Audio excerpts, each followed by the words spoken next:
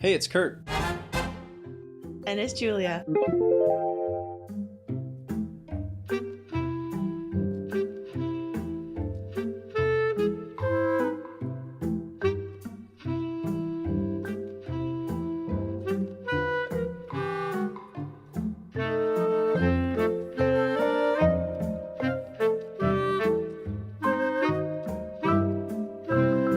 Yeah, I talked to Mandy and I said, hey, we need to get together with Kurt. I gotta be in a group with him so I can get to know him better.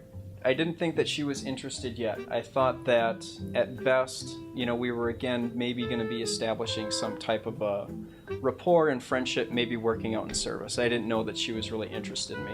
And she's like, okay, well, let's get a group today. Because it was a Sunday, I talked to her. And she's like, let's get a group together today and go on a hike. And I'm like, well, okay. I had gotten a call from Trevor on the answering machine. It said that there was going to be a hike planned at Holzinger. In order to get Kurt to come, she told her husband, Trevor, to call Kurt and ask him if he'll come.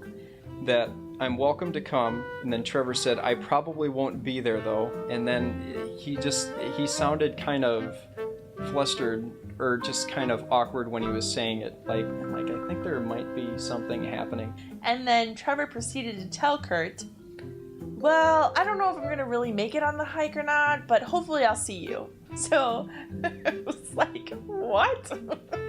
I pulled up, and then I saw Julia, and I was like, oh my gosh. They're trying to set us up.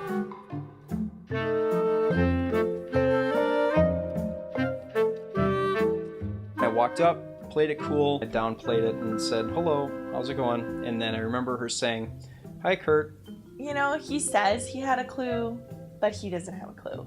The only time he said, oh, the clue was when we were at A&W and there was no other seat open except for the one next to me and you sat down next to me. I knew instantly that you liked me. And I'm like, but that doesn't make any sense. But I did think it was kind of awkward or interesting that she sat right next to me at A&W. But now thinking about it, I was always trying to avoid him, so maybe he did have...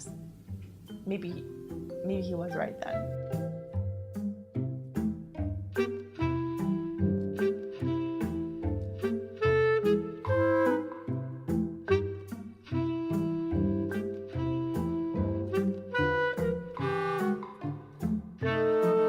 He was very quiet, kind of awkward. I think quietly confident she appeared. And all the conversations just never went anywhere. She was sitting with your brother Jason. I do not remember. We were in the left, near the front row in the Kingdom Hall on the left side. Kurt remembers a lot more than I do. She was sitting in front of me and came down to the watchtower study. She somehow knew that I didn't have one. She turned and kind of looked at me in the corner of her eye, and then she turned again, and then she gave me her watchtower. What are you gonna say if you guys get into a conversation? It was cold, and I said, well, it was quite a wake-up call then, huh? And then she said, yeah, it was kind of a wake-up call. And all I could think of is, what's up with his hair? But what I meant to say was, yeah, quite a climate change. It was like pouffanty. This is pouffant. It was never a flow of, talking and getting together. It was always awkward and weird and embarrassing.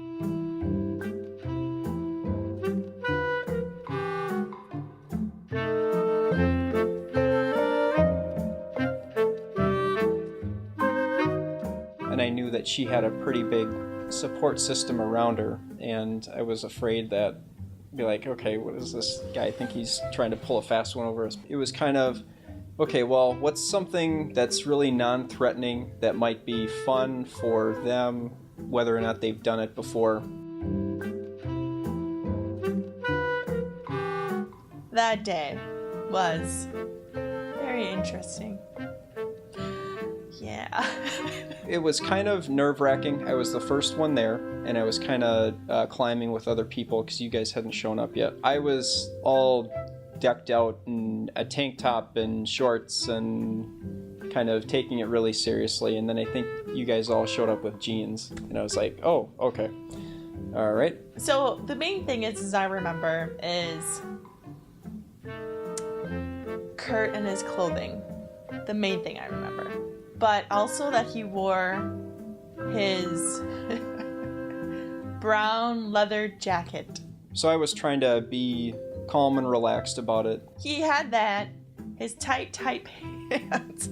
Then, when we got there, he decided to change out of his pants into these shorts.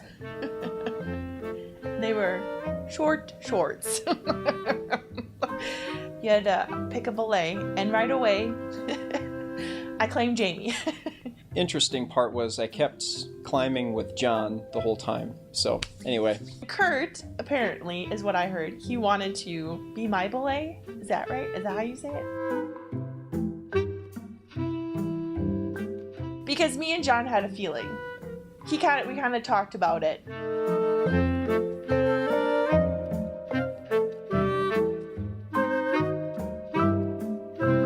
We ended up going to a restaurant with Gina and Kennard. And then I remember it being very loud in there and not being able to hear anything or anyone. And the place was packed. If you guys remember, they had live music. And then we were so well set up at a long table with maybe two PV speakers facing right on top of us. While these old men sang Chris Isaak's Wicked Game. He wanted to sit next to me, but I made sure that I sat completely away from him. And I'm sitting at the head of the table, and Julia's on the far right, I believe. Everyone's trying to talk and across from the table and talk like this and get information. And then I'm just sitting there eating my food, and I'm like, this is absolutely ridiculous. This is another failed attempt to try and have any kind of dialogue with her family. Wow, he really did try different times.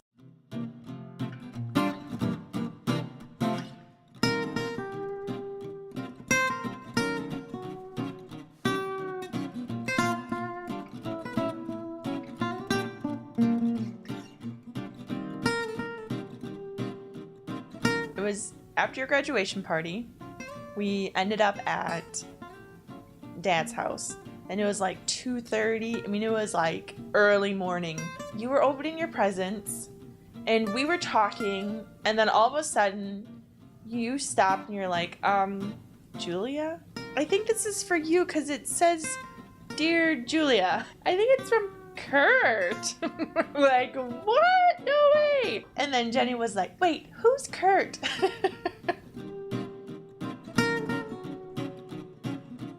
Maybe if you just wrote her a letter and gave her some things of yours, that might kind of leave her with sort of a good impression of you. I was thinking I could give her a wristwatch of mine, and that had like a timer on it. I had to even re-ask him what was in the box. Mechanical pencil and a pen for service work, and then a flashlight that doubled as a window punch. It was like weird items. In the event that she's got to save somebody or save herself.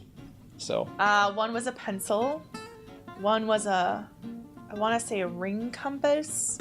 G.I. Joe compass ring. One was a watch, which I thought was broken, but it actually was solar activated and pretty expensive, actually. He wrote the letter on like a map. So the content was basically, hi, this is Kurt.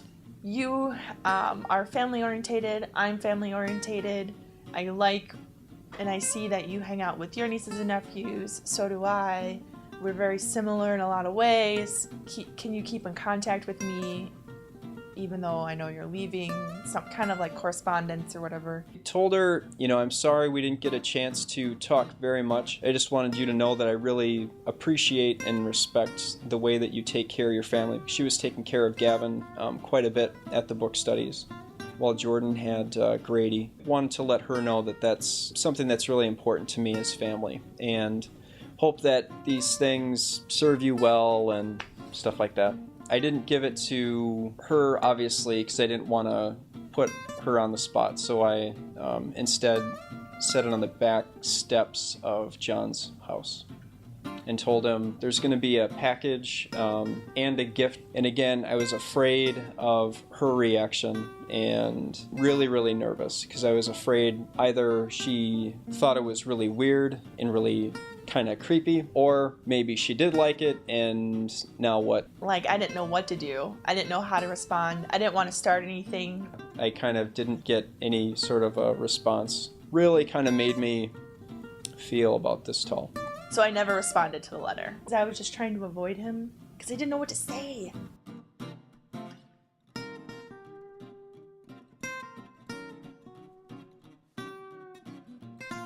I don't remember this, but he says to me that he came up to me and said something about, did you receive the gift, or did you get something, or I don't know. I can't really remember. Walked over and said, sorry if I put you on the spot with the gifts or whatever, but I just said, I'm glad I got to meet you, and take care and have a safe trip. I didn't want to, I don't know, maybe even give him some slight hope of anything, because I knew I wasn't going to come back to Minnesota. Julia came up quite often on my mind. It was sort of this frustration, what could you have done better, what could you have done differently?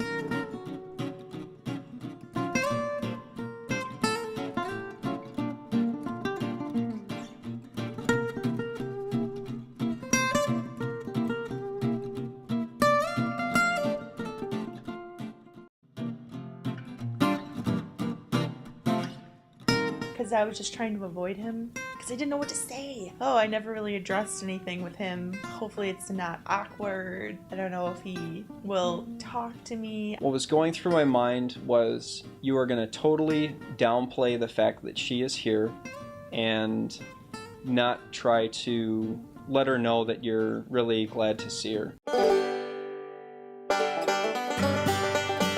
Oh, that day, yeah. Well, it was another one of those awkward occurrences with Kurt. Ended up going out in service. It was me, Jamie, and Jordan. I showed up a little bit late. So for the meeting, of course, we were late.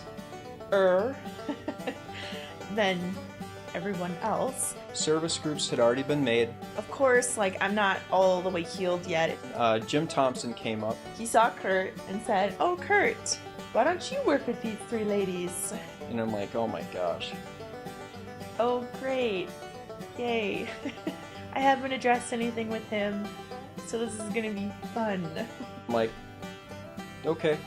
Again, playing it cool, trying to, it's really cool that I'm going out with them, but at the same time, I don't know what I'm gonna say, because I've had, no contact with all three of them, and I don't know how they feel about me. But Jim says, so, this is gonna be great. It's just gonna be great. You're gonna have an opportunity to work out in service with these three beautiful women.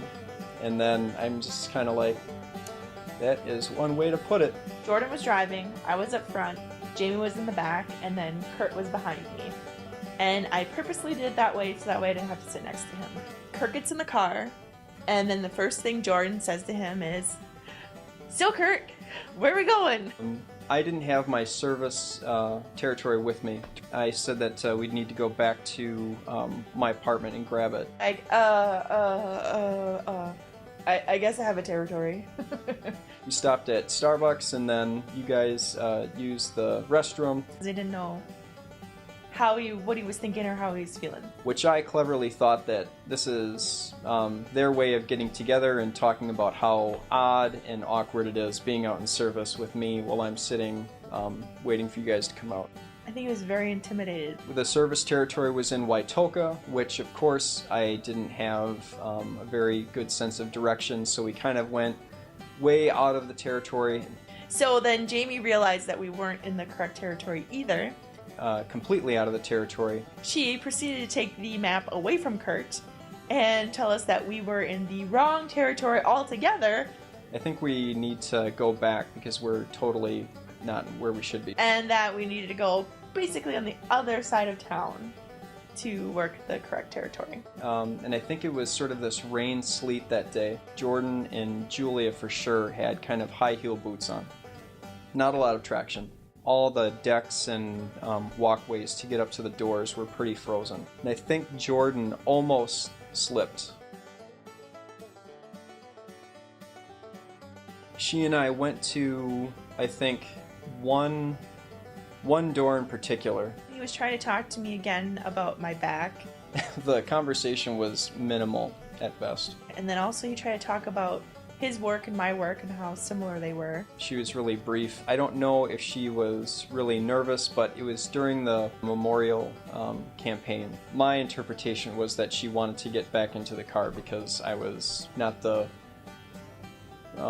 person that she wanted to be out in service with. We took one last door. I had left my tracks completely exposed and with nothing to kind of weigh them down. Jamie and Kurt were getting out at the same time, opened the doors, and all the invitations that they had went flying into the yard. And so we've got these in bushes and sobbing wet on the ground. What is going on? They're going under the car. Oh my word, I'm not with them. So I'm hurrying and I'm like, this is absolutely ridiculous. So Like, I'm so embarrassed. Oh my word. I have no idea what he was thinking. I don't know, there's some hidden message of maybe you shouldn't push your luck and try to have any more occurrences. I have no clue. Maybe he was embarrassed? Very awkward. I went up to use the drinking fountain, and that was all I was going to do. I knew Julia was there because I did see her, and then I was kind of faced with a lot of people to kind of traverse and get over to the drinking fountain. And then Tori says, "Where are you headed?" And I'm like, "To the drinking fountain." My thought was, she thinks you're wanting to get as close as possible to Julia and say hello. But you were. No, I was wanting to get to the drinking fountain. And then I talked to my mom about Tori's statement after, and I was like, why does she think that I'm trying to get to Julia all the time? Everyone thinks that I'm trying to get to Julia all the time. Because you were.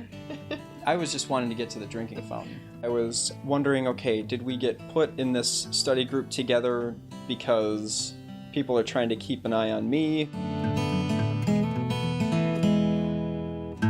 Jordan was, I think she was a little bit late to meeting. She came in with Grady. They sat right in front of me. Grady just kind of looked at me and then started smiling. He started saying, and I'm pretty sure this is what it sounded like anyway. It's him. And then Jordan's like, shh, shh, shh, shh. But at the time I was like, oh my gosh, everyone knows that I'm this weirdo, and even Grady knows it, so. And everyone was looking at me, and again, I think it was probably maybe all in my head. I think it's all in his head.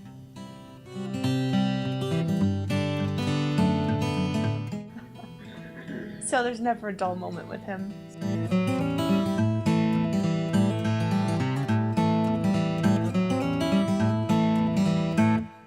I was at family reunion down at LeCane Park. There's a bunch of family hanging out, you know. I turn to my left and I look, and it's this guy walking by, and I was like, ooh. He was like in a Speedo, he was going swimming, so I was eyeing him up. It's like, you know, one of those moments where you start at the feet and then you go all the way up to the head, and then you're like, oh my god, who is that? And I realized it was Kurt. So I was checking Kurt out.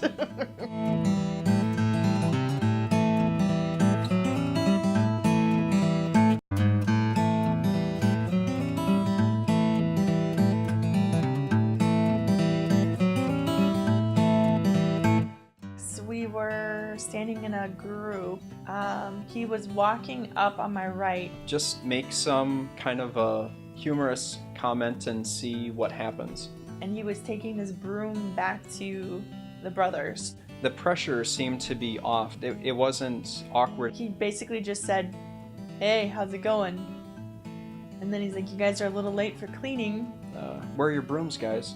We're gonna try tomorrow," or something like that. I just was like shocked that he actually talked to us, because he hadn't talked to me this whole time. And then I walked away and I'm like, okay, that didn't go so bad actually.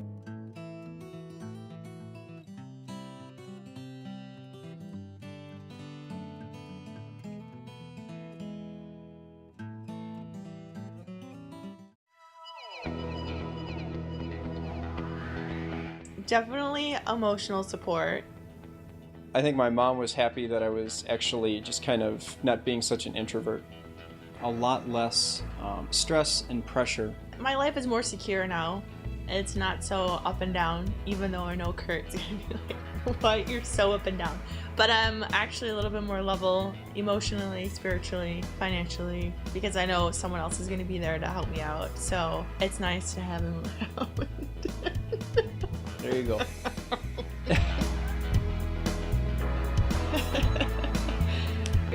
It's a wrap.